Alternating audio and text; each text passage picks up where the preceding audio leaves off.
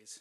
So welcome to our second community update on our progress on the master plan for the Winchester Public Schools facilities.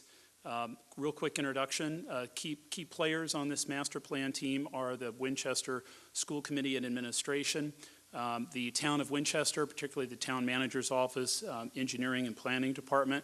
Our architects, Flansburgh, are here. George Cruz, Vince Doobie, you'll be hearing from them shortly as well. And then the master plan working group, really a collaboration, compilation of folks in town, both citizens who represent the Finance Committee, the EFPBC, which is our school building committee, the school committee, as well as senior staff. That includes our town manager, Richard Howard, our town engineer, Beth Rudolph, Brian Zakelli, our town planner. These folks have really put in a great deal of time pushing Flansburgh hard, challenging them, and frankly evaluating many options, pursuing more detail, and ultimately making some recommendations to the school committee as the process went forward. The working group is not really a voting group. They simply sort of develop the details in this project, and as I said, they make recommendations, suggested priorities to the school committee. And they've been hard at work on this really since early fall. So let me say a few quick words. What is a master plan? It's not a building design. It's a vision for the support, expansion, consolidation, or transformation of our district facilities. It provides flexibility to accommodate changes in enrollment, educational goals, and programming. It does many things. It aligns with our educational programming. It plans for the best use of our facilities.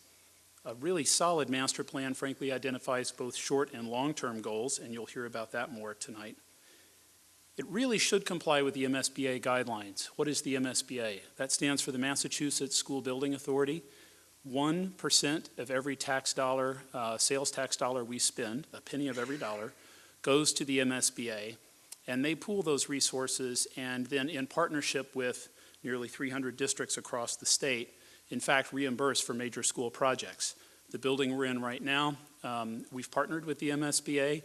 We have a reimbursement rate that started at about 35%, and then with some incentive points, I believe we're over 42% funding from the state. And then prior to Winchester High School, the Vincent Owens School was a 40% reimbursed project. But it's not a financial plan for implementation. It's not a design, as I said, and it does not directly fund the work. So why is a master plan important? Well, if we look back at the 2007 master plan, which was also produced by Flansburgh, really clearly articulated what the needs were in the district on both a short-term and long-term basis. Now, not all of our capital projects take place because we partner with the state. For our largest, one might argue most complex projects, we may seek partnership. But for many of our small to medium-scale projects, we fund those internally here in the town of Winchester. We use our capital dollars, building stabilization fund dollars, and the master plan frankly helps make that case for the capital planning committee and the finance committee, the board of selectmen, and ultimately town meeting. So here's a very simple timeline that gives you an indication of when it all started. Flansburgh came under contract early in the spring, and in June began in some visioning sessions that I'll ask the superintendent to describe in a moment. But the plan work really began early this fall. Our goal after tonight's presentation, towards the end of this month, early June, that the school committee will actually be voting an update to the master plan. Let me ask our superintendent of schools, Dr. Judy Evans, to take a few minutes to talk about the process. Good evening. It's a pleasure to be here tonight to talk about this process, which seemingly has gone on forever, but is in fact something we do every 10 years. One of the most important things that you should know tonight is that a lot of what you'll see is related to plans to address space needs due to increasing enrollment. But one of the first things you do when you're looking at your existing facilities is to look at how well they fit the vision for 21st century teaching and learning. And one of the reasons we were most attracted to the Flansburgh proposal was that they spend a lot of time thinking about not only the needs of students today, but the needs of students 10 years from now, 20 years from now, 30 years from now, and what we know best about how students learn and how we can design flexible space that will meet the needs of those learners. And so we have two elementary schools that are 50-year plus in age. were not designed to meet the needs of students and teachers today. And so part of the planning process was bringing together a group of administrators to take a look at what are the things that we believe about teaching and learning that would create great replacement schools for Morocco and Lynch. And so the core team came together with the architects and some other members of the working group and looked at what we know about science, technology, engineering, mathematics, what we know about how spaces should be arranged, what our ideal schools would look like. And we really spent a full day in a workshop working on that. And so we came up with some guiding principles that helped us with some of the decision making. So it's important to know that we're looking at replacing or adding to some of our schools, not only for space needs, but also for educational needs as well. The 21st century skills, and it seems like we're well into the 21st century at this point, really do try to prepare students for the world that is to come. It promotes spaces that have the ability to engage students in a variety of ways, including enhancing their ability to communicate, collaborate, be creative, and also focus on the traditional academics and co-curriculars. And so that discussion we had was exciting, and George Cruz is going to come up and talk a little bit about, from an architect's perspective, what they think about when they design 21st century learning spaces.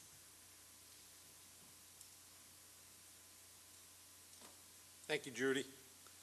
So when we look at a 21st century school, really our focus is how do we create high-performing environments where students can achieve, collaborate, and really have the flexibility to take on projects on their own, work on their own.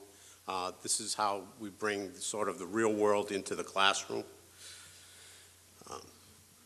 And so we need a lot of technology, and we always look for the best technology possible to put into the classrooms so that students can learn in real-world applications.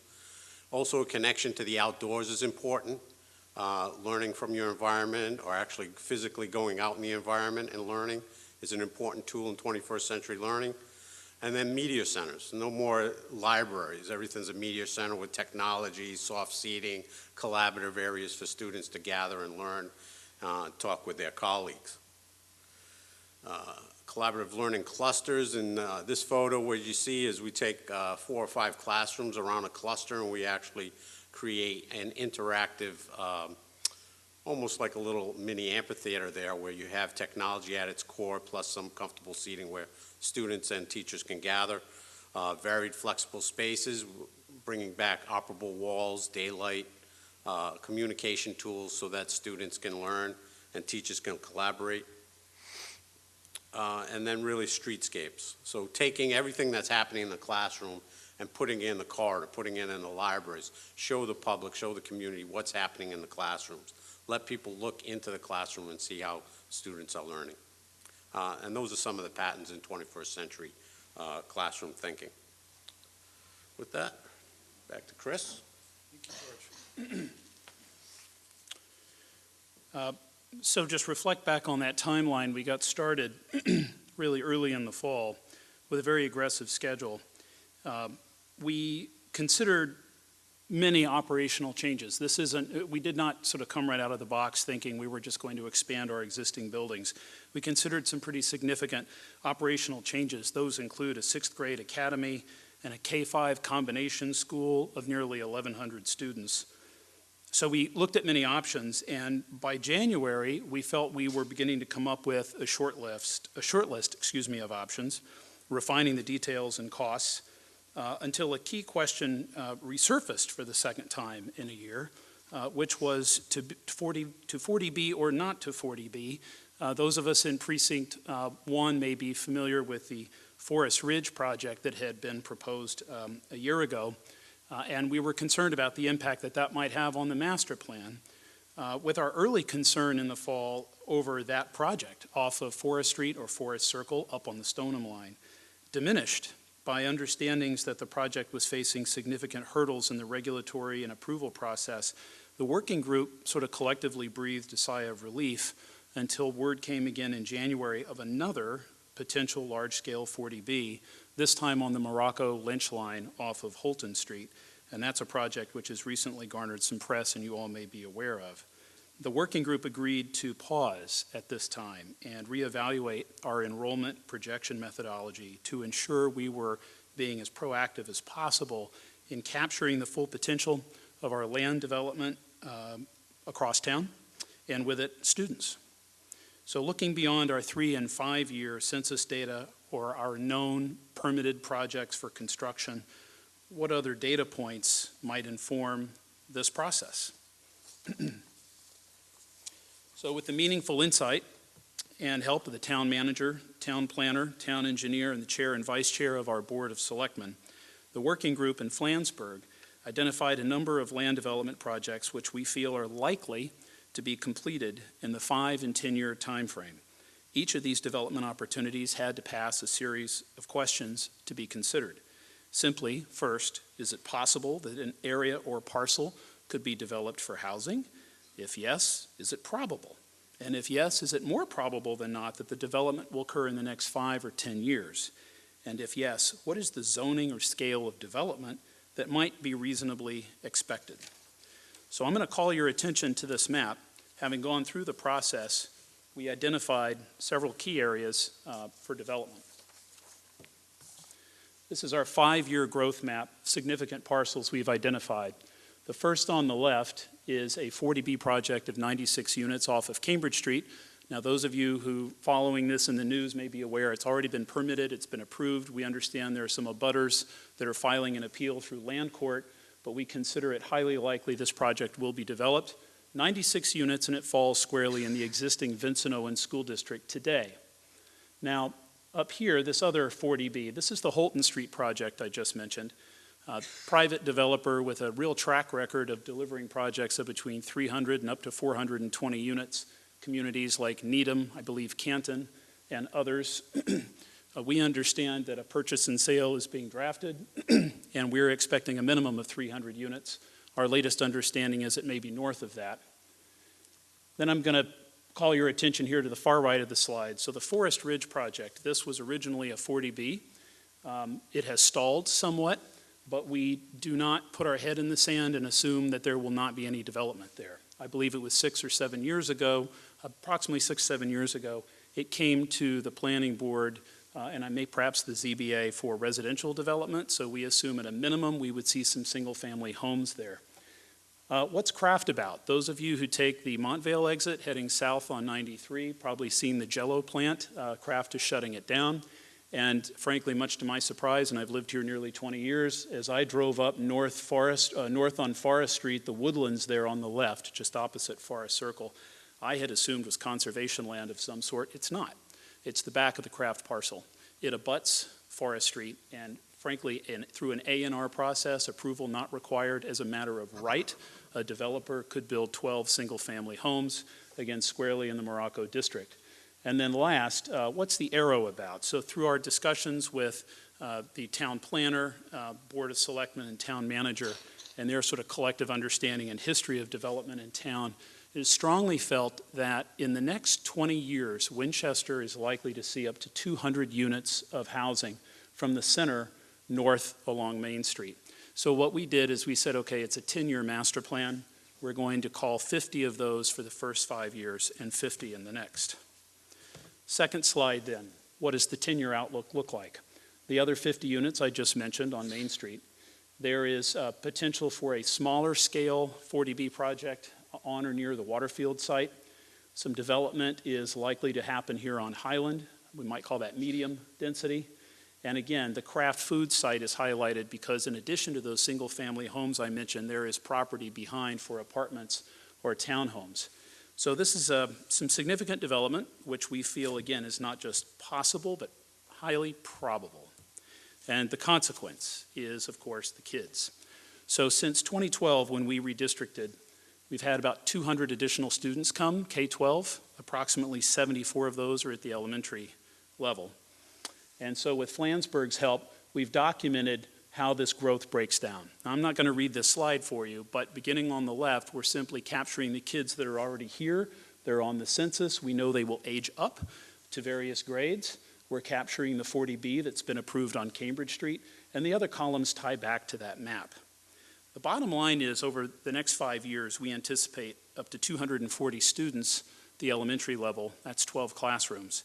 And for McCall Middle School, nearly 150 or 7 classrooms. Now, that growth tapers off significantly by year 10, and that's a good thing, but still, the kids keep coming. So we're looking for an additional 3 classrooms at the elementary level and 1 at McCall.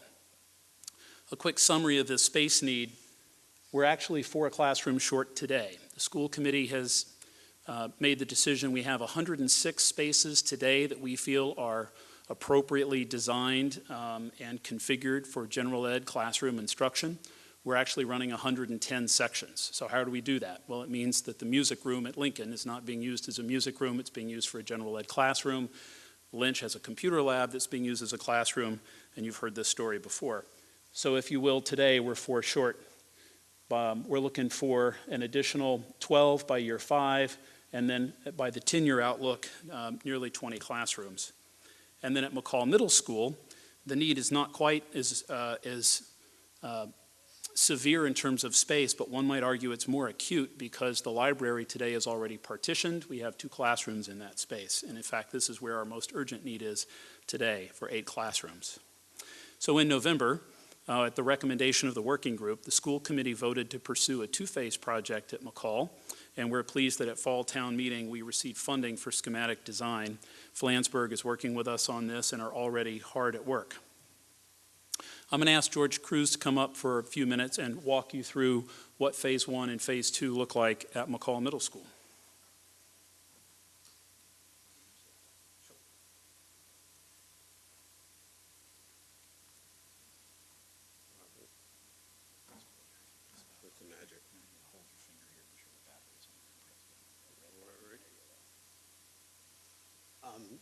So what we're looking in phase 1 is recapturing the youth center space below the gymnasium.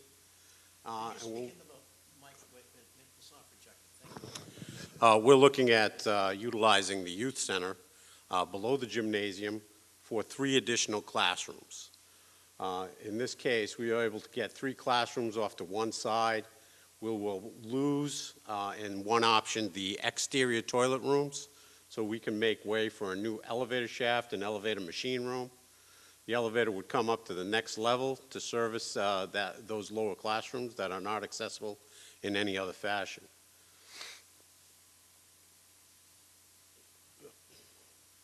Also, a part of phase 1 is to recapture a storage room on the first level and make it a teacher's workroom, where we are short of teacher space at the moment, both for lounging, workspace, as well as professional development area for the teachers. So that is really phase 1. Our goal is to get the schematic design completed sometime in the spring.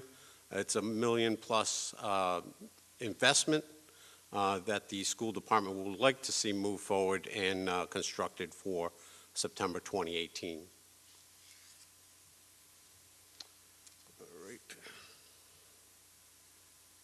And as you can see here, as the cost range, 1.1 to 1.2 million on phase 1. And those are project costs, so that includes all of the soft costs, furniture, technology, everything that will go into those classrooms. Phase 2 is to build an addition on the center wing of the middle school. This will be a 3-story addition to accommodate about 6 spaces. 4 would definitely be classrooms. The upper 2 spaces are either seminar rooms or a combination of classroom and some other spaces. And those are accessible through the library. So in essence, everything, the corridors get extended on floors 1 and 2, and the classrooms are accessible through the library on floor 3. This will take care of the entire need based on the study. Hoping that we can go to town meeting as well and take a look at getting funding for that development as well. So going backwards. As part of that development is we're really tight on cafeteria space now. There's not enough space right now for the students to really have lunch in a desirable manner. So we're going to need to expand the cafeteria.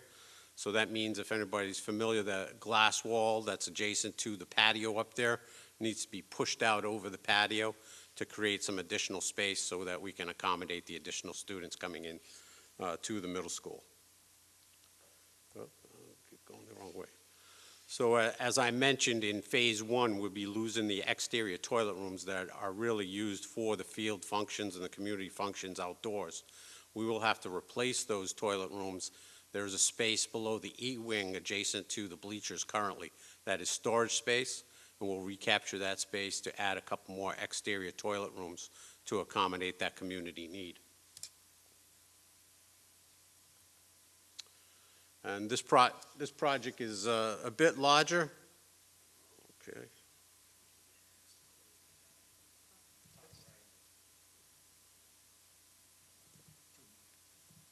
Okay, not working here.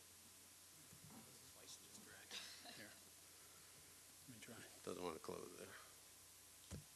Oh. There we go. Need the touch, not my computer. So again, that's about $5.1 to $5.6 million total project cost, including all of the soft costs, furniture, and technology. George, can you say what about the team rooms in that slide as well? If we go back one slide. Okay, now we're not working.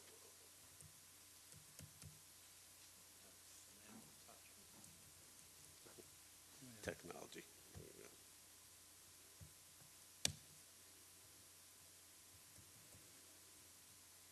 Well, while I try to fix frozen. this, I'll ask George to talk about the team rooms. Why don't you talk about the team rooms for a minute? If you so we can bring recall this the up. slide that I showed with the exterior toilet rooms to accommodate the field function, community functions, the remainder of that space would be utilized for additional team rooms. We have 2 team rooms in the youth center space now, which are really overcrowded at this point, and we'd like to create 2 additional team rooms to accommodate the remaining functions for the athletics.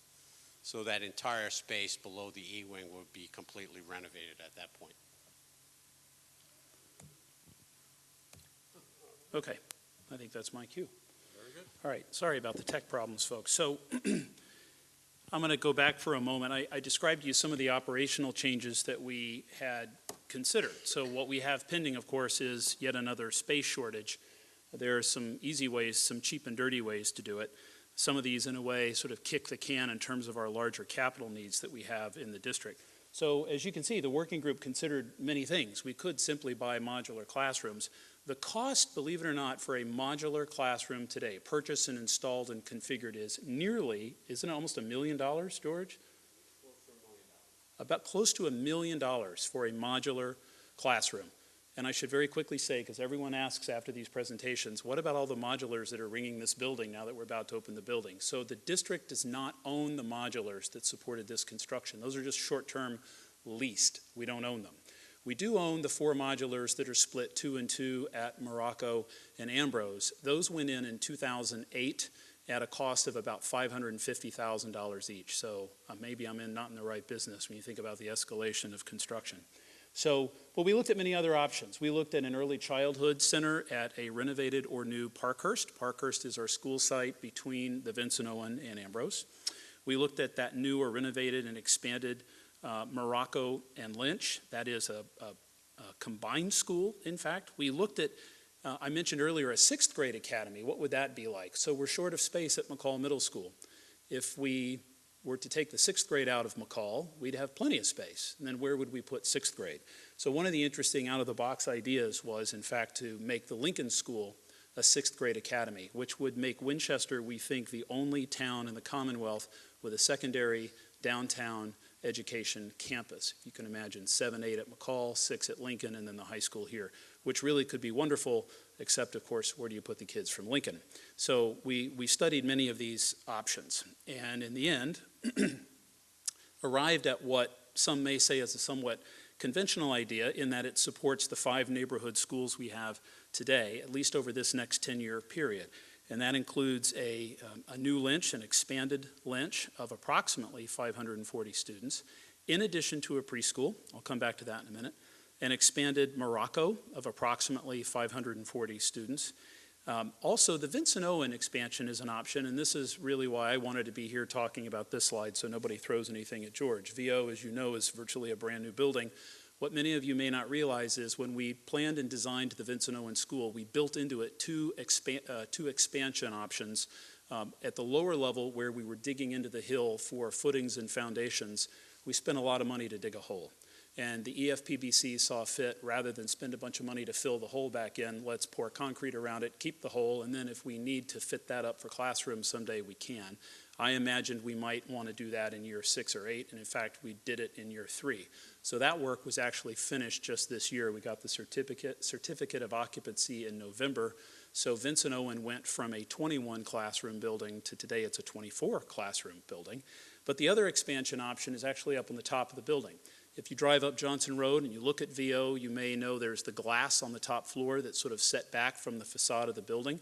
And what you're looking at is the corridor of the 3rd floor, because we only have classrooms on the back side of the corridor. So in fact, Vincent Owen was designed and built with an entirely structural top floor that permits an expansion on the other side of the corridor towards Johnson Road.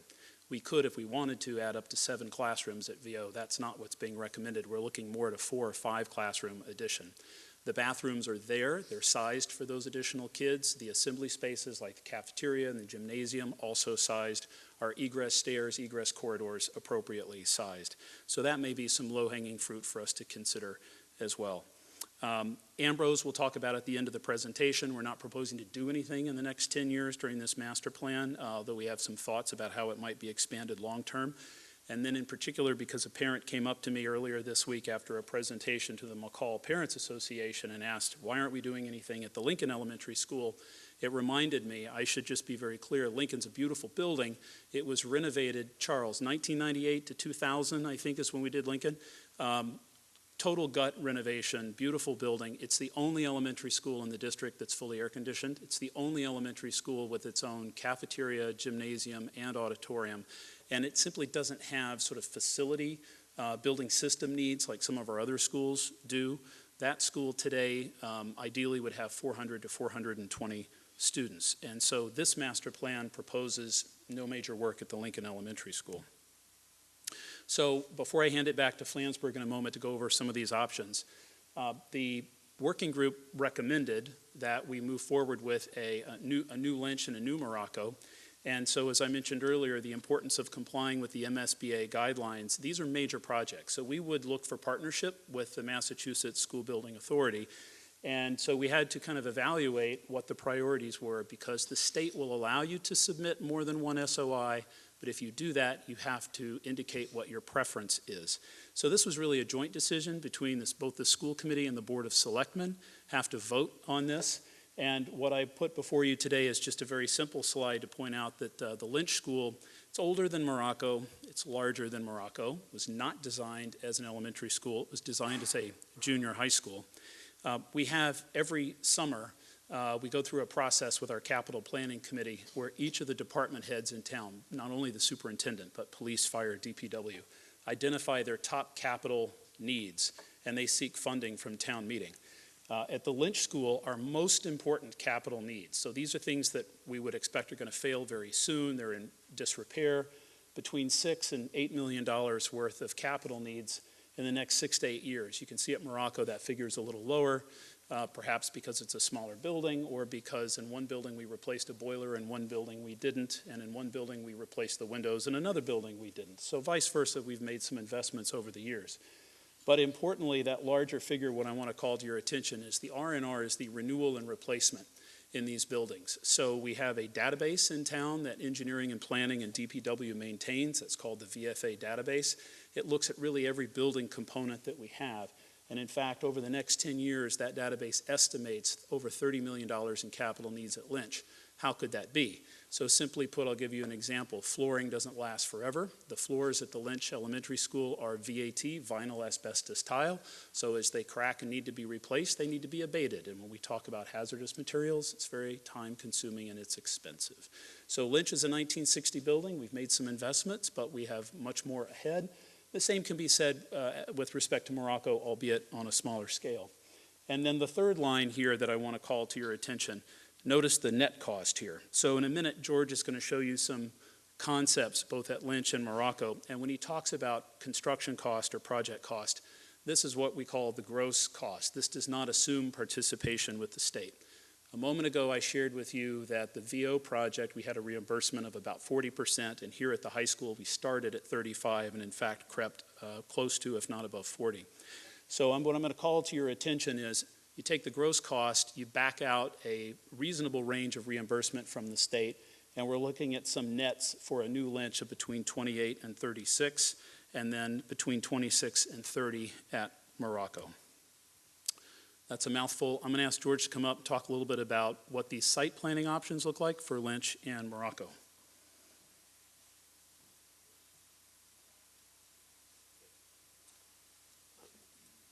So as we look through options at Lynch and Morocco, one of the things that comes into mind is where do the students go?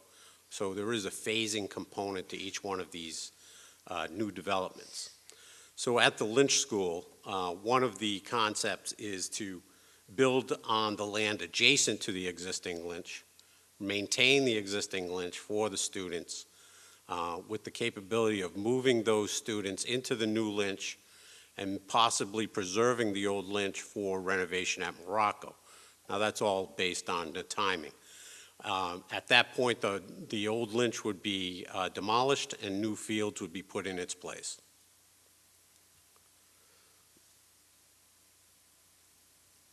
And here you have an enlarged version where we have parking, a bus drop-off loop off of the Pond Street, and off of Horn Pond Road we have the parent drop-off with the parking, and the combination of taking down the Morocco and adding play fields. How many stories high is that building? This is a 3-story facility. New, and this is also new construction at Lynch. This is assuming taking down Morocco from day one, from Lynch. This is a 2-story structure, more conducive to closing off the space internally for community use from the classroom use in the evening, creates a better ring road for service, bus drop-off, and parent drop-off. However, this means that phasing needs to occur somewhere else, possibly at Parkhurst or other school facilities. At the Morocco site, unfortunately, Morocco has a steep grade on the backside. We're dealing with a setback from the stream as well as a floodplain area. So really, the Morocco option is to take down the existing Morocco, put a new Morocco school in its place. This would be a 2-story structure to accommodate 520 to 540 students. And you can see the price tags there. Oh, this is 2 stories, Charles. Okay. This is just another option for Morocco, where we have from Tufts Road, we would accommodate the bus drop-off, and from Bates Road, we would accommodate the parent drop-off and parking.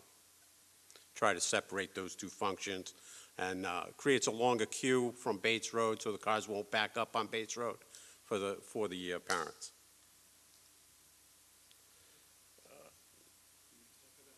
You want to talk about VO? Sure.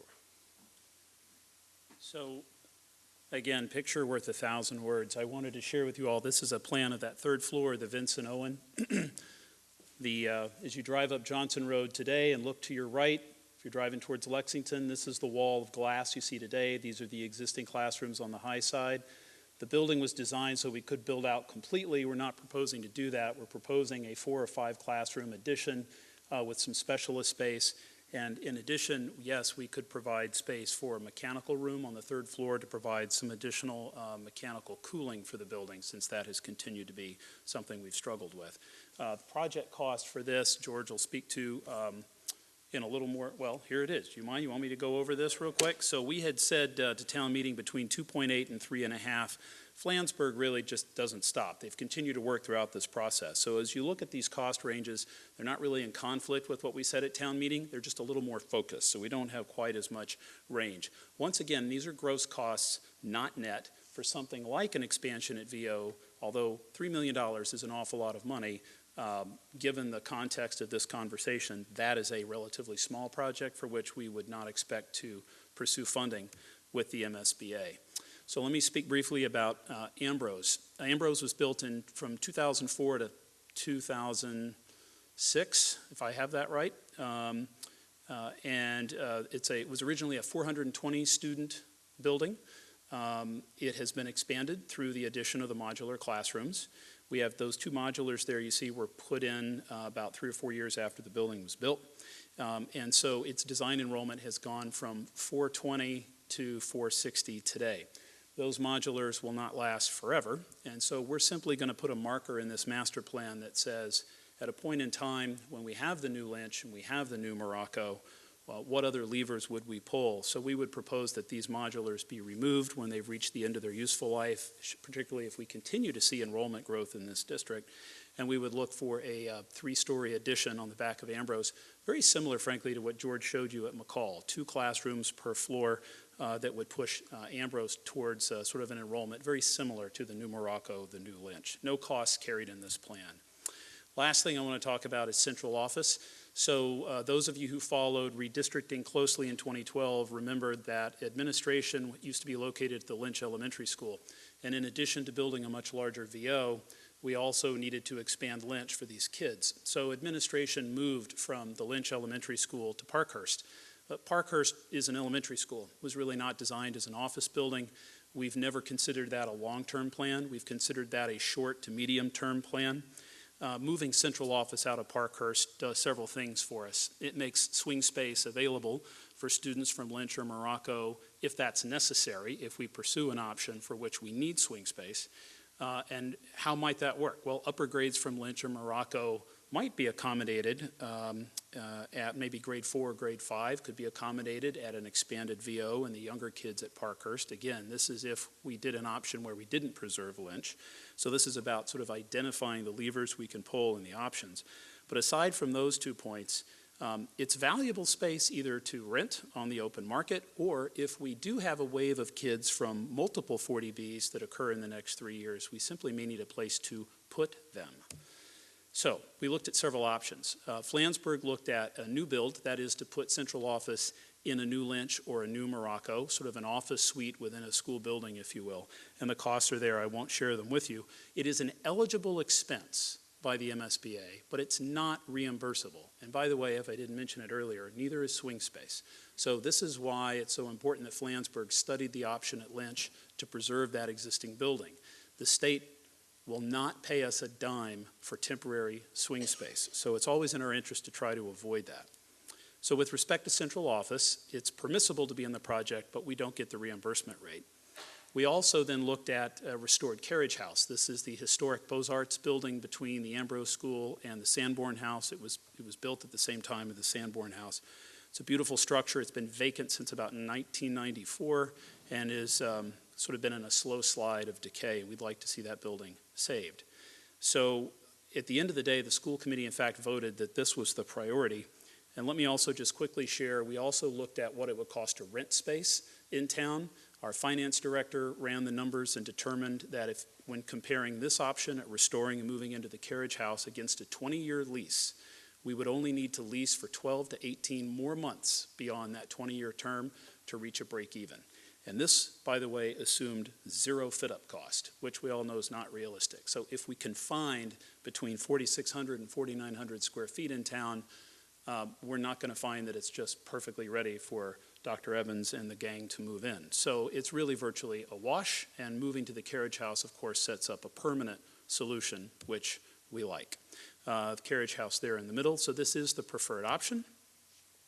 Flansburgh also identifies the need for some parking as well on the site, and we're particularly interested in working with the Historic Commission, and really the Historic Society has done some great work in the restoration of the Sanborn House, and we look forward to working with them as well and learn more about their specifications and their processes so that we can follow along. They've really done some great work. So I'm going to ask Judy to come up one more time because certainly some questions come up. We've talked about elementary and middle school, but what about high school kids? Because we're building a brand new building, and do we have enough space? So we fought hard with the state for a building whose design enrollment was 1,370 students. That's actually considerably more than what they originally offered. Our enrollment today is 1,268. Theoretically, we've got over 100 students of fluff. But our 5-year number says we're going to add 218 students. So let me explain that a little bit. Of that 218, about 110 is what we call our native census growth. These are kids who are here, and they're going to age up, and they're going to be in the building. And in that sense, we hit it. But we did not anticipate that many years ago, 6, 7 years ago now, that we'd be seeing the multiple 40Bs. So I'm going to ask Judy to say a few words about her sense of how these numbers play out long-term at the high school. So when you have enrollment growth projected in a district for elementary students, it's fairly easy to know how many extra classrooms you'll need to accommodate them. They're in one classroom most of the day for their primary instruction. If you have 100 more students, you know you need 4 or 5 classrooms, depending on how high you want your class averages to be. When you have 100 more high school students, it becomes a little more complicated because the classes are spread out over a number of choice, elective, and core programs. And so it really it is important for you to use your space as efficiently and effectively as possible. And so looking out 10 years, our high school class sizes on average are about 18 or 19 students. That means we have a lot in the high 20s, but quite a few in the low teens. And so making sure that we use each space efficiently, we think will provide enough additional flexibility to accommodate an additional 100 students. The other thing I think to keep in mind is we're looking to build a high school and occupy it for 50 years before we have to build a new one. And I think everyone recognizes that the trends in education now are to push students out into the community more, to use more blended learning, online learning, internships, work experiences. And so I predict that we will, in 5 years or 10 years, have fewer students here for 7 periods in a row, which also opens up some more flexibility for us to accommodate additional students. The other unknown when you're predicting high school enrollment is what percentage of your students from 8th to 9th grade will attend private schools or vocational schools. Typically in a district like Winchester, you lose 10 to 15% between 8th and 9th grade to private schools or to vocational schools. Some years we've had very, very few students in vocational schools, and some years we've had a few more. And so all of those factors play into how many students we can accommodate. But high schools are much more flexible spaces than elementary schools in terms of meeting student needs. And so I'm not unduly concerned if the numbers are 200 more than our design capacity. But if we start getting up above and beyond that, obviously we will have to take a look at the facility. So to summarize, the most crucial need right now is at McCall. Our cafeteria is over capacity in terms of the number of students we're supposed to have in there for life safety. That needs to be expanded just for the existing students. We need additional classrooms right away at McCall. And then the replacement of Lynch and Morocco will obviously have to happen sometime in the next 5 to 10 years. And we need additional classrooms, we project, for students who will move into town to occupy the new renovated homes and the 40Bs. So the complexities of trying to figure out all of our school buildings and their uses are something we spend a lot of time thinking about. And we all wish we had a crystal ball to know exactly what our enrollment would be. Across the state, enrollments are decreasing in most districts. We are one of the few districts with very dramatic increases in enrollment. And so it is our job to make sure we have appropriate spaces that are well-designed, comfortable spaces for all those students to learn and the teachers to teach. I appreciate all the hard work, particularly of Chris Nixon on this project. I know he's going to wrap it up, but I just wanted to be sure that you know how grateful we are in the school department to have an architect on the school committee who can help us with this very important work. Thank you, Judy. Since she talked about enrollment and how we may be an outlier, I just have to share a statistic that I think I share every time I talk about this. From 2003 to 2012, statewide K-12 enrollment fell 3.5%. Over a decade, it went down 3.5%. Our enrollment in Winchester soared by nearly 27%. And they keep coming. So, That was a great point Judy made about how do we figure it out. So on that note, to wrap it up, I have a couple of slides to share, again, to kind of put it graphically. We're in an interesting place here in the master plan because we have some things we feel very comfortable with are our top priorities. For the school committee, the top priority is McCall Phase 1, McCall Phase 2. We'll have some discussion here very soon this summer about whether we're going to go after funding for those two separately or we're going to bundle it as one project. My sense is it's going to be the latter. We need to get McCall Phase 1 complete by the fall of 2018, and we need to get Phase 2 complete by the fall of 20. That's our first priority. What's our second priority? It's the rebuilding of the Lynch Elementary School. And this is a somewhat aggressive but reasonable timeline. It's a 5-year process, so you see here occupancy fall 2023. That's contingent on a few things, including the state coming back in the fall. We hope this fall the state will make some determinations about the districts that they're willing to partner with. Similarly, where do we stand on the carriage house and central office? So if we want to use Parkhurst as swing space in some iteration of a Lynch project and or because that's an asset we could be renting to the private market, and or if we get a wave of students and we need a place to put them and we don't have space in any other elementary schools. There's several motivations here to get moving on central office. I want to be clear, the school committee has voted with respect to McCall and Lynch. All we've simply said is moving central office to the carriage house is a priority. We've not really picked a date because we're waiting for the chips to fall, if you will. And then, of course, once central office moves out, there's some renovation work that's necessary at Parkhurst. So my footnote here simply says, if the MSBA opts not to participate with Lynch, then we have to consider other priorities, and that includes the Vincent Owen. My second slide, a little bit more complicated, kind of shows how Morocco might fit into this. Now, we're really very unique as a district. I think we're one of surely I can only count with my 5 fingers, if not fewer, the number of districts with whom the MSBA partnered on 2 major capital projects at the same time. That is, the Vincent Owen School was in construction when the state partnered with us for the feasibility study for Winchester High School. That was extremely unusual. They did it because they looked at us as such an outlier with our enrollment growth. Our projects, thanks to Charles and others on the EFPBC, come in on schedule and on budget, so I'm confident we make the case to the state that we're good stewards with the resources that they give us to pull off these projects.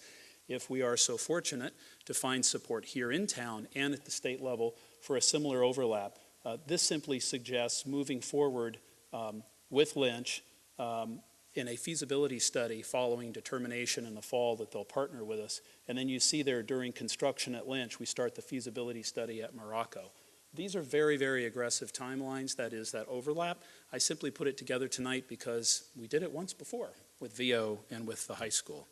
So that's a lot to share with you. I'm sorry we started a few minutes late tonight, but we have a mic here and we're very interested in your feedback and your questions. So if you do have something you'd like to share tonight, we would just ask as you come forward, identify yourself and fire away with your questions, and hopefully we can get them answered for you. Thank you.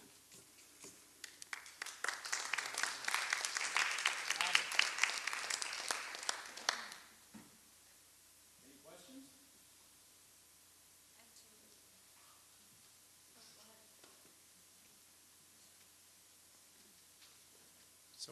Somebody has to kick things off. I was a few minutes late. I was wondering if the master plan includes the Mystic School, and what is the plans for the Mystic School, since there's great demand for an elementary school. We have the space. It's an older building. It would need to be knocked down. What's the plan? Did I miss that part? No, you didn't. So good question. So this was one of the, when I talked earlier about the working group kicking around all sorts of ideas like 6th grade academies, combination schools, one of the things that we did consider was that 6th neighborhood elementary school. So part of the discussion has really been around, is this the time to build a 6th neighborhood elementary school, or is the 5 neighborhood school model sustainable for this time frame of the master plan? We fell towards the latter, that we feel we can expand these schools and sustain that model. I will tell you, my sense of the working group is that that won't be sustainable in the next decade, particularly if we see this kind of enrollment growth. So really eyes are on the Mystic School site for a couple of reasons. when we talked about the Parkhurst School, I don't know if you may have heard our remarks at town meeting, this idea of a grade shift option at Parkhurst. That came about, frankly, back in November when the school committee said, if we needed a sixth neighborhood elementary school, it would be great if we could do it at Parkhurst because we've got administration that's not that big. We could put them somewhere, but there's one fundamental problem. It's in the wrong place. You don't need a sixth school between VO and Ambrose. You want it on the other side of town. So very quickly, the school committee seized on Mystic as the kind of site where a sixth neighborhood elementary school would make some sense. But, and I'm going to ask Judy to weigh in here if I leave some blanks, but there's the operational impact that's important too. So if you build a sixth neighborhood elementary school, now you're hiring a sixth principal, a sixth assistant, a sixth nurse, all of that sort of overhead. And I wonder if Judy, can you just speak quickly to sort of the economies of scale of the specialists when we get to schools of this size? Sure. One of the other important things is Parkhurst and Mystic are both very small schools with only about half the number of classrooms you'd need to say if you were going to relocate Lynch during the construction.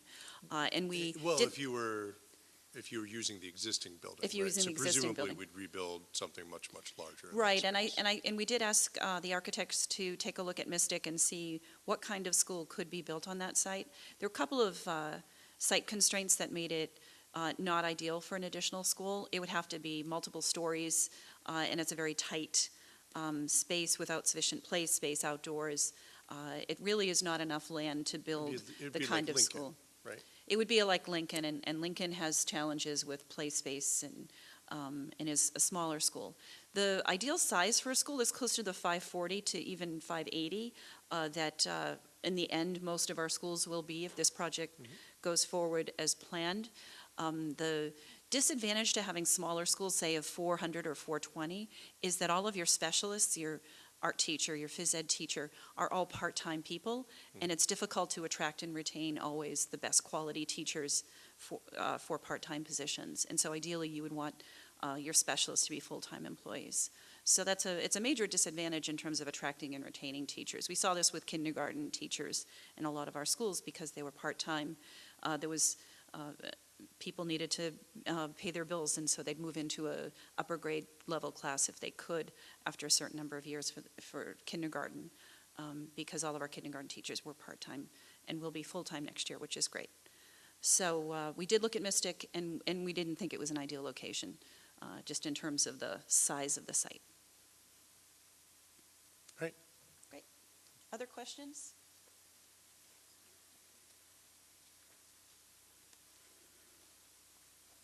Hello. There was a slide I'm wondering if maybe you could go back to. It was a green slide that just compared the maintenance costs between Lynch and Morocco.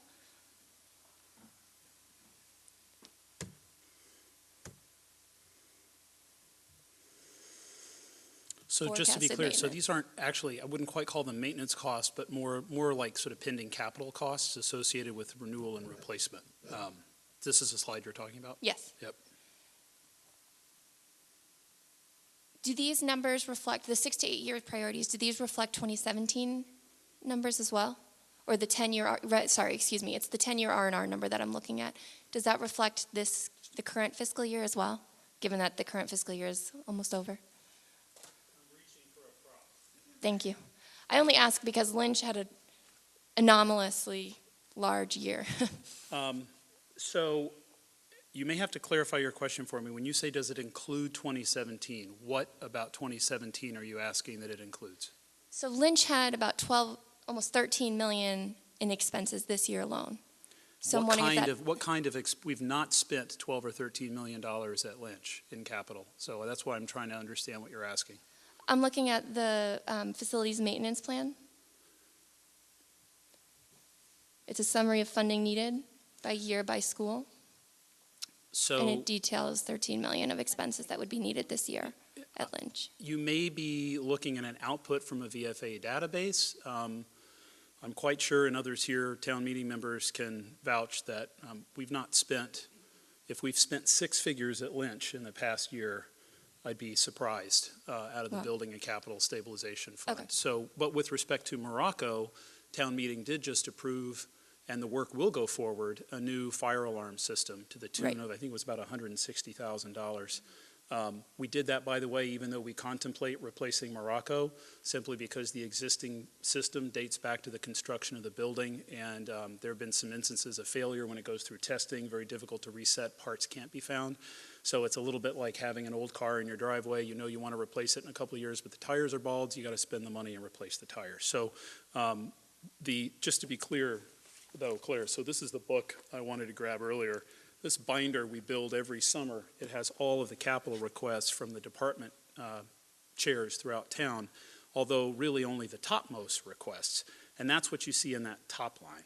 So I just put this slide together to remind people that in fact the needs we have in terms of capital go well beyond what actually makes it into the binder. And then after the capital planning committee reviews the binder over the summer, I might say maybe a quarter or a half an inch of material with backup goes to town meeting because we're simply limited in funds, which is frankly why I think the town manager and board of selectmen are talking more and more about replenishing the building and capital stabilization funds.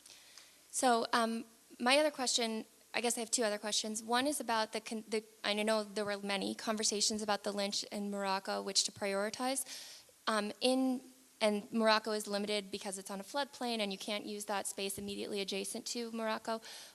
Did the working plan have any conversations around a staged approach or a phased approach at Morocco that would allow the children to stay there while renovations happened around them, or an alternate site such as Leonard Field or other alternate sites for Morocco? Want me to speak to that? Sure, go ahead. Sure.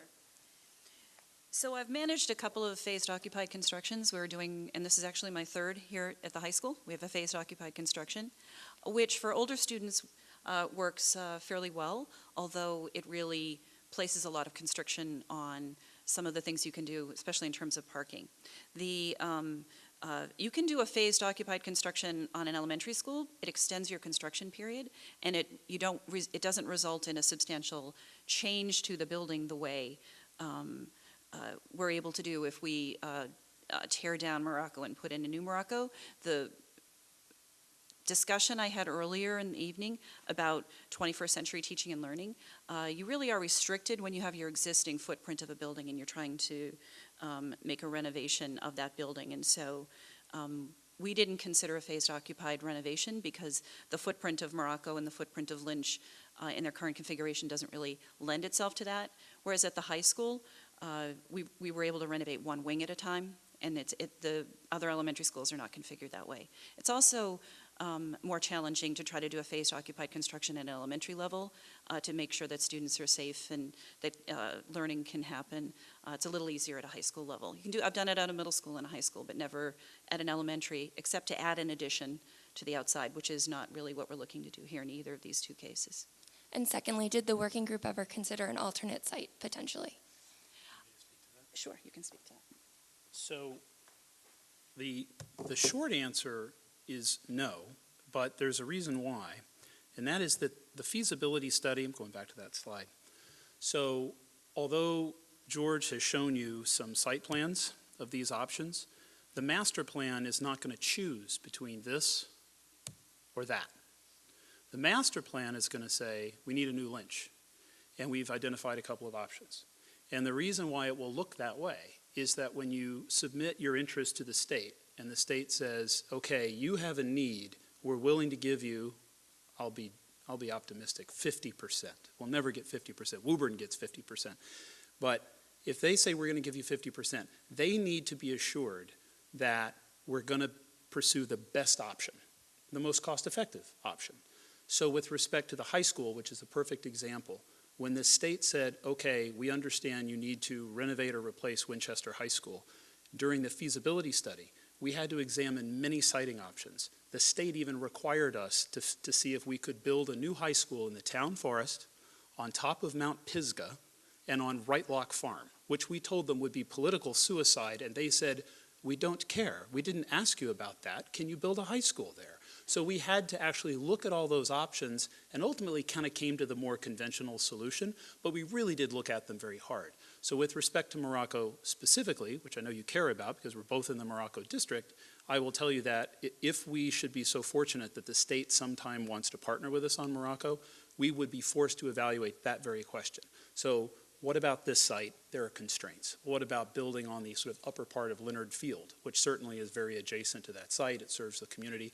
Could you do that and then restore the old Morocco site for fields? That would be the kind of question you would study in the feasibility study. So we're not locked into that in terms of the master plan. It's a conceptualization, if you will, of what that Morocco might look like. I understand that the state might require that later. I guess my question is, was it considered at this point in time, which I understand now it was not, is because it's the rationale, my understanding is the rationale for the current prioritization of the MSBA SOIs is because there was no siting option for Morocco like there was at Lynch. You could put the Lynch kids in a new Lynch building, but you couldn't put the Morocco kids in a new Morocco building. And so therefore, the school committee chose to prioritize Lynch. Well, there's one other subtlety here, which is the Lynch site is school property. Leonard Field is not school property. Correct. So we didn't want to prejudge our ability, although certainly we would be hopeful that the Board of Selectmen and town manager would be willing to work with us. We still had to sort of be mindful of our boundaries, if you will. So one might say we have more flexibility in terms of site planning at Lynch because that's all our property. Okay. And I'm sorry, everyone, I have one last question about the, thank you. I have one last question about the 40B projections. One is about if you have any clarity about the distribution of 1, 2, and 3 bedroom units in those buildings, because that would have an impact on families versus individuals versus couples, and therefore school enrollments. And secondly, what will happen with redistricting when and if those 40Bs come to be? So this is that question I wish I'd thought about before I came down here tonight, because I would have written the numbers on the back of my hand. So be reassured, yes, we have great confidence in the distribution because it's actually driven by Massachusetts Chapter 40B that says you have to have a certain percentage of 1 bedroom, 2 bedroom, 3 bedroom. So our town planner, Mr. Sekeli, plugged into that process and helped us generate those figures. I don't have them off the top of my head, but we did actually put a lot of thought into that. I will also tell you, in addition, the superintendent brought an interesting perspective to this, which is that we understand, and of course this is all subject to change, that a great majority of the units associated with the Holton Street project may be apartments. That's significant because that apartments are more likely, let's say as opposed to condos, apartments are even more likely to bring families with young kids. There's sort of a lower financial threshold, if you will. So we see that. I hesitate to use the word risk because I appreciate why 40B exists, why it's on the books. But I think it's fair to say the group all feels there's an even greater potential for impact in terms of student enrollment because of the use proposed. So Judy can fill in more. So your second question was about redistricting. The last time we redistricted was 2012. Typically in school districts, after a certain period of time, you have lack of balance in your classes and you have to take a look at redrawing boundaries or looking at choice boundaries. The school committee policy, though, already provides for separate district assignments for major construction projects. So if a 420-unit apartment complex goes in on Holton Street, that could be assigned to where we have space, and we'd have to have increased busing costs to send buses there to send kids to, say, Vincent Owen if there were space, or somewhere else where there were space. Right now, I believe it's in the Lynch district, actually. Only in the Lynch district. And so certainly one factor in identifying Lynch as the first priority is it's our largest school with the preschool. You need 29 classrooms, and to find appropriate swing space is much more challenging for Lynch than it is for Morocco, which is much smaller.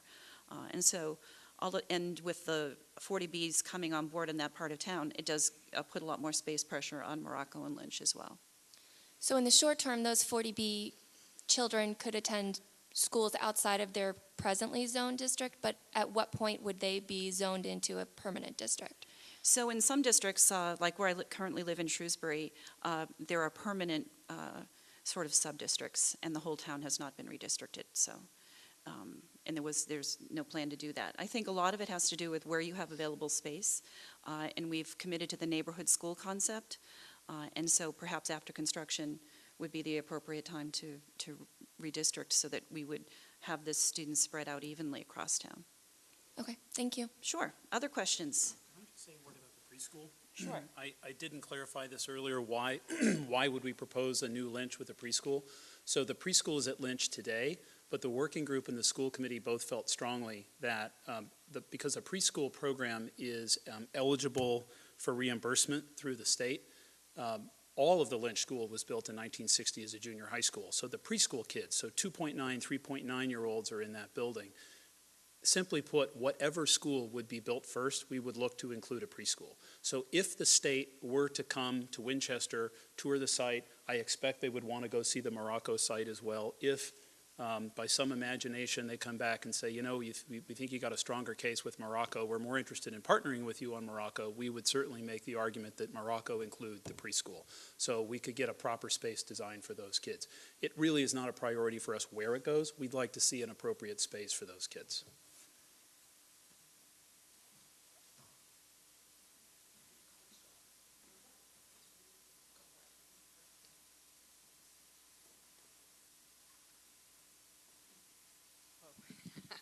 Hi, Chris, thanks. A very quick follow-up to that question about the preschool. Is there any thought to expanding the preschool program? Yeah. So, thank you for that question. So we're not really in the preschool business in order to have a pre-K to 12 education for all of our students. We're in the preschool business because students who are identified with disabilities become eligible for services at age 3. And so right now I think we have 105 of those students enrolled in our district. Some of them are typical students who act as peers for students with disabilities. And so the reason we run preschools is really for the students with disabilities and their typical peers so that those students can have that education. It is expensive to run preschools, and so expanding our preschool is actually not financially in our best interest at this time. We do charge a pretty substantial tuition to the typical students in the preschool, but it's less than comparable preschools would be because we need to attract typical peers to fulfill the individualized education plans for those 3 and 4 and 5-year-olds who are in there right now. So we have a good number. 105 I think is a good number. We'd like to continue to have 5 or maybe 6 preschool classrooms. The preschool classrooms also come with a need for specialized space for occupational therapy, physical therapy, speech therapy. Those students all have allied arts. They go to physical education, art, music, etc. So running a preschool is like running a little sub-school within a school.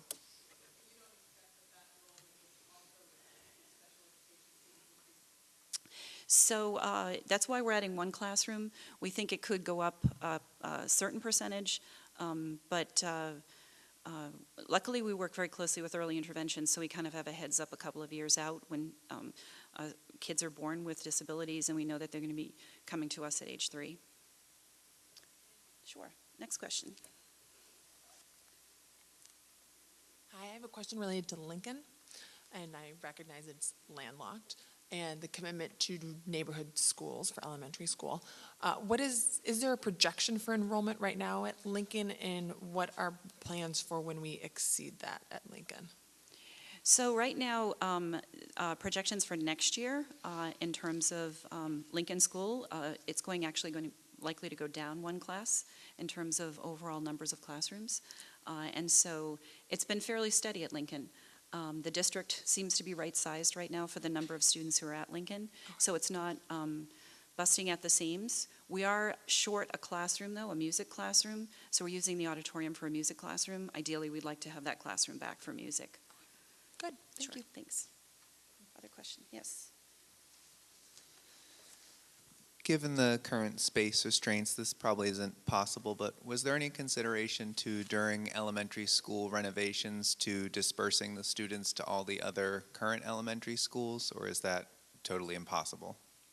So the problem comes in is that except for the couple of new classrooms that we've added at Vincent Owen that currently are used for other purposes, we don't have any available classrooms in the other schools. They're all over capacity and specialized spaces that should be regular classrooms are being used for other things. And so we don't have the capacity to separate them into other schools. I think we only have 14 classrooms available at Parkhurst. That's right, and we put 15 here with Morocco. With the VO, we doubled We doubled up. So all of our schools, just to give you an idea, have between 21 and 24 regular classrooms of students. So even if we were to move some kids to Parkhurst, we'd still have to end up renting or buying some modulars to stick in the parking lot or up on that field behind in order to accommodate even just our smallest school, even if we were just moving Lincoln, which there's no plans to do anything with Lincoln. And the other thought to go with that is even more radical, but I'll say it would be increasing the class sizes a little bit in the elementary schools. Was that looked at to further disperse the students and if you put 5 or 6 kids in every class in every elementary school, then would you still need to use a swing space?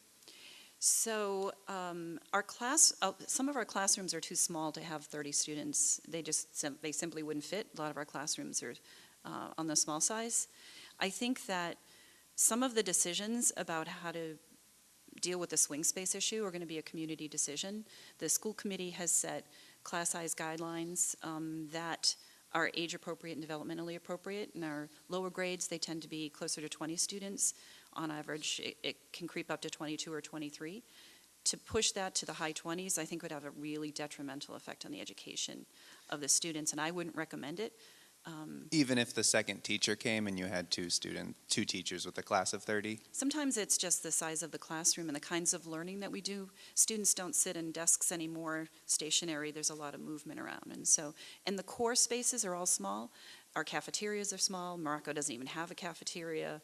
And so it's challenging to add more students than you had planned for. Most of the construction projects, and the architects can correct me, 2 to 3 years in duration to get a new building built. Minimum of probably 2.5, 2 summers, 2 to 2.5. And so displacing students and families and asking them to go to different schools for half of their elementary education, that's a tough ask. So if we can avoid doing that, we can move a whole school into a swing space. That's always the preferred option. But, Thank you. Yeah, but we appreciate these suggestions because there is likely something we have not thought of that could be really helpful to this project. And so that's why we're asking for feedback. So appreciate the asks and the suggestions. Yes. Hi.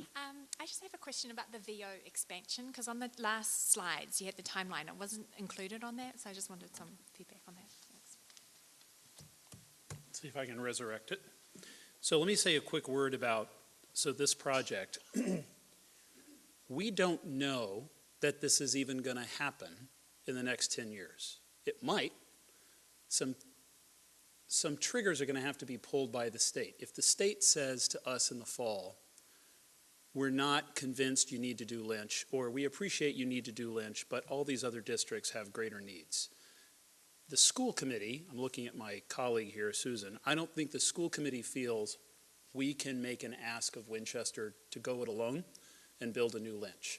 It's really important that we make a play for that kind of sizable, reimbursement, much as we did for VO, much as we did for the high school, given all the other needs we have in this town.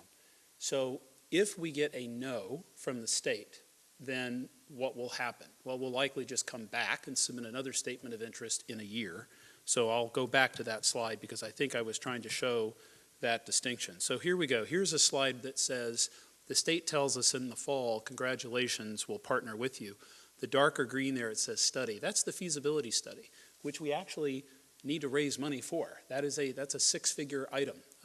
The state would share in the cost, but it would be significant. And that's where we actually determine the schematic design and the site of the project. And then you see the design phase and then construction.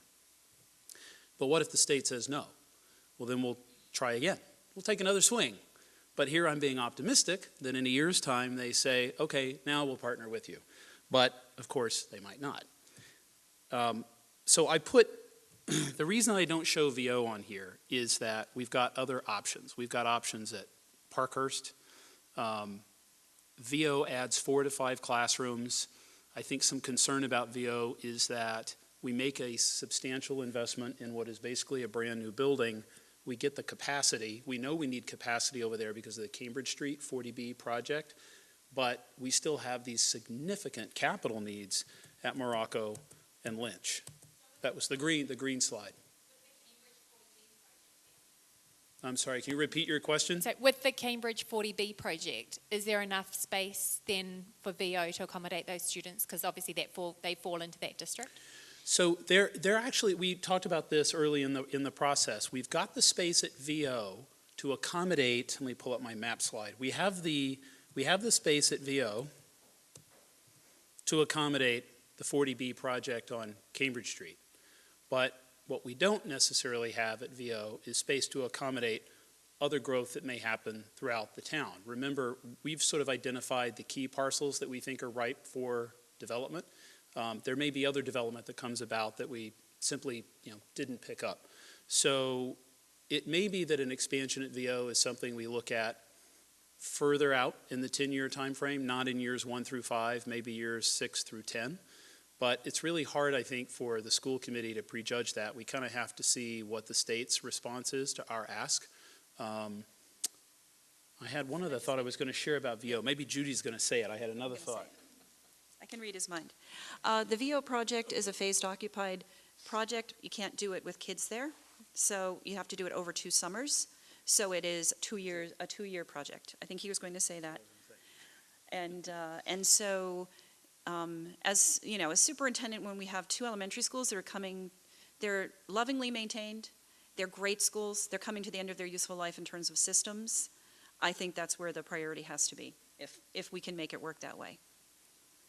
And so on that note, what the master plan simply needs to say is, if we're not able to pull that off, and I really hope we are, for the very reason Judy just mentioned, we will be at a position where we need space. And that could be Parkhurst, with central office moved to the carriage house, but it could be VO. Our priority is Lynch, and then Morocco. We'll see what happens in the fall, and we'll keep you all posted. Any other questions? Charles.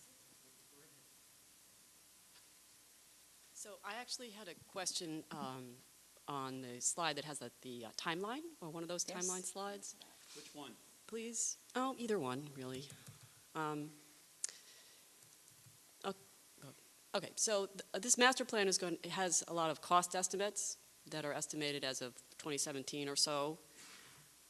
Let's say the state says no on Lynch and we can't build it, and then they subsequently do say yes and say we're building it in 2020. Or if, when you start to look at Morocco, that gets put off if we do Lynch first. What happens can you talk a little bit about what happens to the cost estimates over those years? So I'm going to ask George to talk about what escalation is baked into the numbers that he presented tonight. Okay, thanks.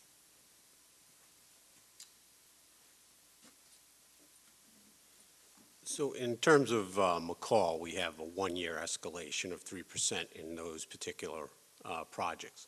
In the Lynch and Morocco designs, we have the 1-year escalation, but we also added a 10% contingency on top of that. So if inflation stayed at 3% on the construction side, we actually have 4 years of escalation. So that would take us to about the 2021 year line, where we anticipate construction needs to at least start, if not completed by then.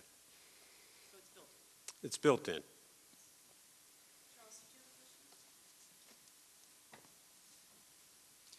I really want to congratulate the school committee, Judy, and the architect planners, because I think this is a thorough piece of work.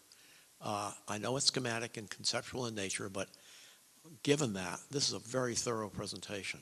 And I think, as evidenced by the questions, the purpose of a town meeting, a public hearing, is to try to find holes in your work. And there are very few holes that I can think of, and I think a lot of the people who have asked questions so far have been satisfied with their answers. So I really want to commend you.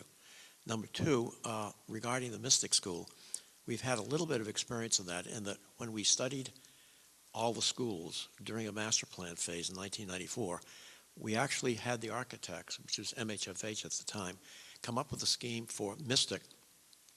And if you look at Mystic, and I can't think of the name of the street, but when you're looking at Mystic from Main Street, the street on the left, Madison, thank you, that's north.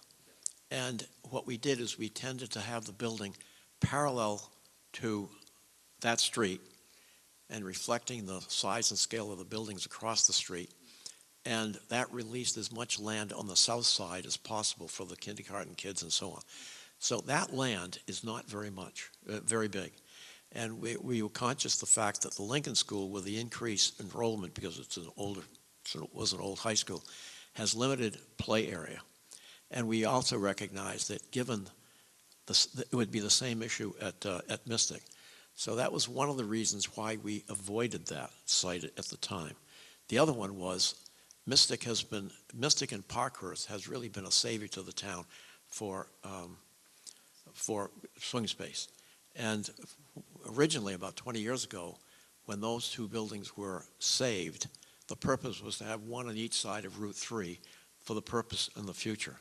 And I think it's terrific that that happened. But the Mystic is a very small site. People don't understand it, but it's really a small site. And I think that's all I have to say, but I really want to thank you very much for this very, very good work. Thank you.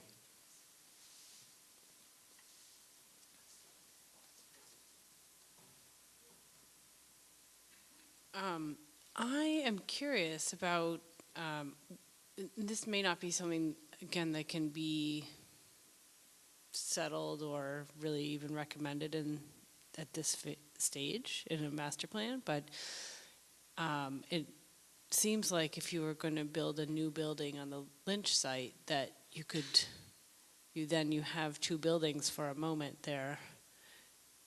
Is it theoretically feasible that you could move the Morocco students into one of the two buildings while Morocco, what would that take? Curious. Thank you for your question, Kate. So that actually was one of the very scenarios that we talked about developing, excuse me, these options. So the appeal then of building on the field side is you keep that existing Lynch. And because of the site constraints we talked earlier around Morocco, there is this concept that we might build a new Lynch, but the Lynch kids, and I struggle with this, the Lynch kids get to see a new Lynch get built, but they don't get to have it, because then the Morocco kids move in, and then we tear down Morocco, we build a new Morocco, and then Morocco kids move to the new Morocco, and then the Lynch kids move in. And as a friend of mine who's a Lynch parent, whose opinion I really value, pointed out, and she's absolutely right, because I know the time frame of those VO kids. There were many VO kids who sort of spent, it seemed like almost half their elementary career, not quite, but some formative years at Parkhurst while we were building the new VO. In this very scenario, we would have Lynch kids who were at the Lynch Elementary School who saw the building get built and they never get to set foot in it. So I struggle with this. The advantage of it, of course, is you avoid the cost of swing space.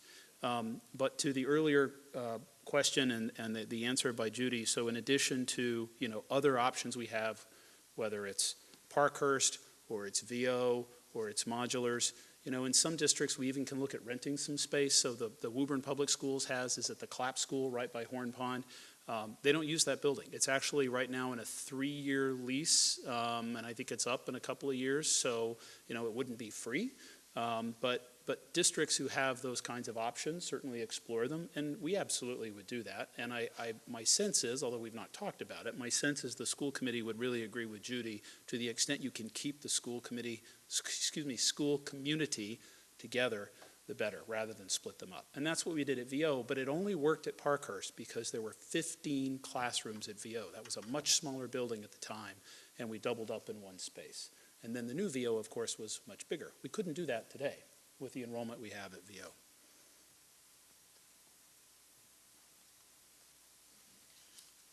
I apologize, I'm a little ignorant about the funding. I do understand that, we have ourselves, we have the state, and that's really, had a great partnership going forward in the past. Is there any risk that with the federal changes in school policy that the answer is going to be no, no, and no for 5, 10, 15 years or 5 years? That is a fantastic question. So I guess I can answer it in a very literal way and say, no, there shouldn't be because, but I'm going to give you a two-part answer. So, there are operating budgets, which are like salaries, and then there are capital budgets, which is the stuff. So the source of funding that the MSBA has at its disposal is a penny for every sales tax dollar. That's where it comes from. It comes from the economic activity in the Commonwealth. So those funds are always there. So when I think about changes in Washington, D.C., and what's on Betsy DeVos's mind about education, I think about pedagogy and educational sort of philosophy. I think about the way we teach kids, and I think about impacts on operating budgets. So I don't think frankly, I'm not looking for it, but I'm not seeing or sensing any impact at the federal level that would trickle down to us for a capital project, but I share your concern on the operating side in a big way. Sorry, just to follow up and appreciate that answer. I guess the scenario that I would envision is something that would affect other communities to the point where the state would really have to shrink their allowance for a community as fortunate as ours, I guess.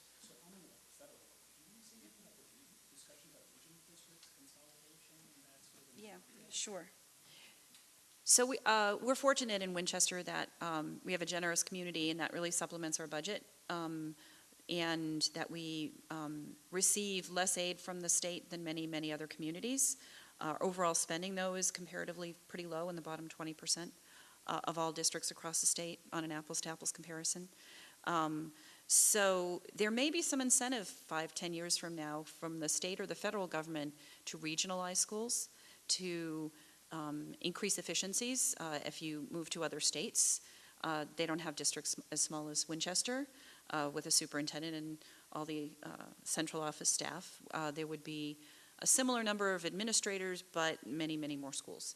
And so that could be a possibility. I'm hoping that there's going to be a recognition that we need to invest in our infrastructure.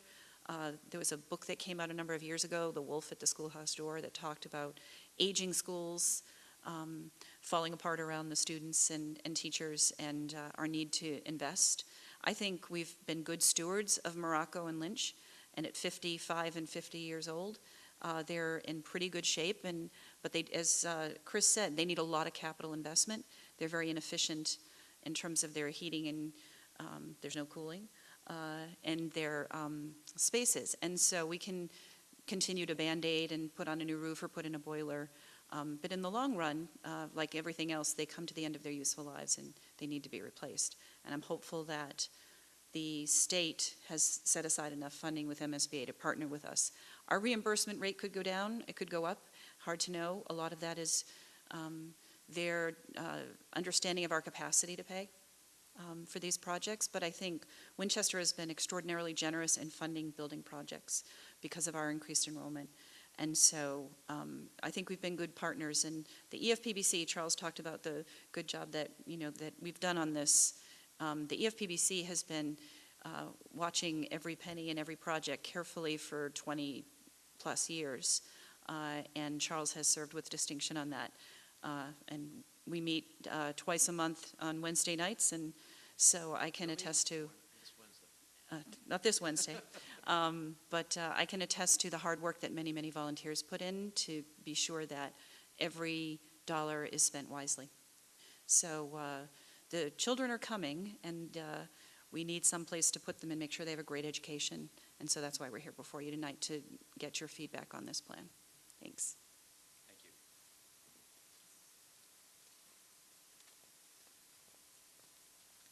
Hi, I have a quick point and a question. That was a really good segue, Judy. Thank you. In terms of our existing infrastructure, as you approach the McCall project, I'm Susan McPhee, I'm the energy coordinator. So as you approach the McCall project, when you're working on the gym wing and the library wing, all the unit ventilators in all the classrooms are really in poor shape. We haven't been able to maintain them. So I would encourage you, if that's a bond project, to include that little piece of the classrooms in those wings, and if possible, even in the big hallways. I've tried to find grant funding. It does not pencil out for grant funding, but they're either stuck open or they're stuck closed, so all those classes are either too hot or too cold. So if we can include that, that'd be great. And the idea is the little patch of Main Street between McCall and Lincoln, and between the Mystic Valley and Washington Street, if that was closed off, and then you'd pick up some play space, space for portables, space for solving some of the Lincoln School problems and its site problems. I know it would create some parking challenges, but there are already parking challenges. People would just park further up Winthrop Street and further up Francis Circuit. And anyway, I think as Manhattan and other places are saying, wait a minute, we're devoting a lot of space to roads and constricting people's lives. I think a lot of kid lives could really improve if we just constricted a little bit of asphalt. I may put Charles on the spot because it's a good suggestion, and it's been made before, and I'm looking at Charles because my understanding is maybe it tied back to the renovation at Lincoln, that it had been suggested before and was even chased down conceptually, and we understood that because that's a state road, that's 38, is that right? We're either not able to do it or it would literally take an act of the legislature. But for that particular suggestion, which of course is good because it's been between those two schools, but your broader point is a good one, which is, can we think about how we accommodate cars, and are we sort of beholden to the barriers that are there with roads and curbs? I do appreciate that very much. But that one, I think, would take some Herculean effort on Beacon Hill. Yeah. Yeah, Charles said it was a great scheme. It actually got shot down before it got to the state by the community. There were people that said, no way. However, I think now the voting public of Winchester is different, and I think that it would be considered again. However, it is a problem with the state.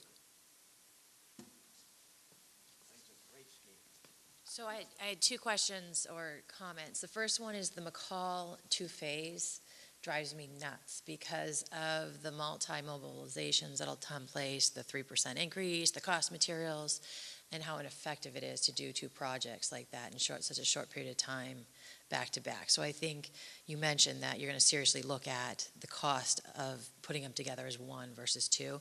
I would like to see those numbers. The second thing is the image of VO and the addition. You said there are 7 classrooms up there. You're only showing 5. It structurally could accommodate 7. That's not what we're proposing. Why are you only proposing the 5? Or I know that you didn't build all the way out that you could in the plans. Why is that? Why are you not maximizing those space and leaving the room for the additional classrooms if needed? So this is a great question, and it's one that, you know, you and I and Charles, you get 3 architects together to argue about building technology, and we could probably sell tickets. You get 3 different opinions. So it's a great question. So I'll have my laser pointer on me, but what's being pointed out is, so that black line you see beyond the red dotted line, that's really sort of the parapet of the floors below. So there's some concern here when we break into, as you know, so when you break into a parapet, sort of the extension of an exterior wall, the intersection of the roof, we think about cap flashing, step flashing, counter flashing. VO was built by a contractor that was AABA certified. And so simply from an architectural sort of technology standpoint, we believe it's a little simpler and frankly less costly. If we turn the classrooms, you probably picked up on this, the classrooms that we're proposing run parallel to the hallway instead of perpendicular. So we get full-size classrooms. They pull back from the parapet. So that's frankly a simpler sort of architectural design from a building technology point of view, that it's sitting on that structural wall. So there's some less risk associated with that.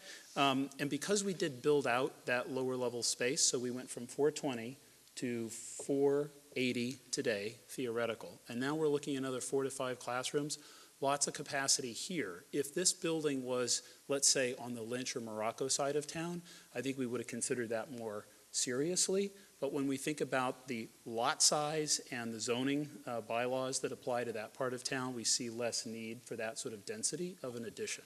If that makes sense. So how much are you saving by going to this per classroom versus if you went the 7 classroom route? Do you know that?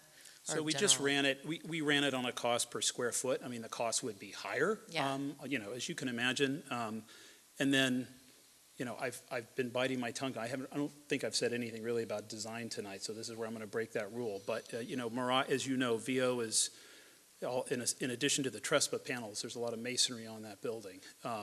any architect who's ever tried to blend brick on an existing building has found it a futile exercise. So there would be a lot of not just building technology challenges, but I think some aesthetic challenges associated with that as well. So if we turn these classrooms and we pull it back from the parapet, I think we're more likely to look at some other options in terms of the materiality of that expansion. I'm gonna leave it. Like I said, please get together and sell tickets. Other questions? So if you or people watching at home have questions for us, do not hesitate to send them to me. I'm very easily accessible, and I will be sure that we get them to the right people. The school committee is likely to consider the final draft of the master plan in June, and then we will go forward from there. Any final thoughts, Chris? Just one. If you want more of this, across the street, at the Board of Selectmen's meeting right now at Town Hall, the developer of the Holton Street project has just begun their presentation. Oh, really? This is an initial introduction. It's not really a public hearing, but if you don't have anything else to do tonight and you're already in the area and you want to learn more, why don't you mosey across the street? My understanding is that there will be another meeting. I think it's May 31st. I'm looking for nods, so that's May 31st. I don't know the time exact or the location. But my understanding is that there will be a sort of a public gathering for more information. But anyway, that's happening right now if you want to go learn more about 40Bs. Thank you all very much. Really appreciate you coming.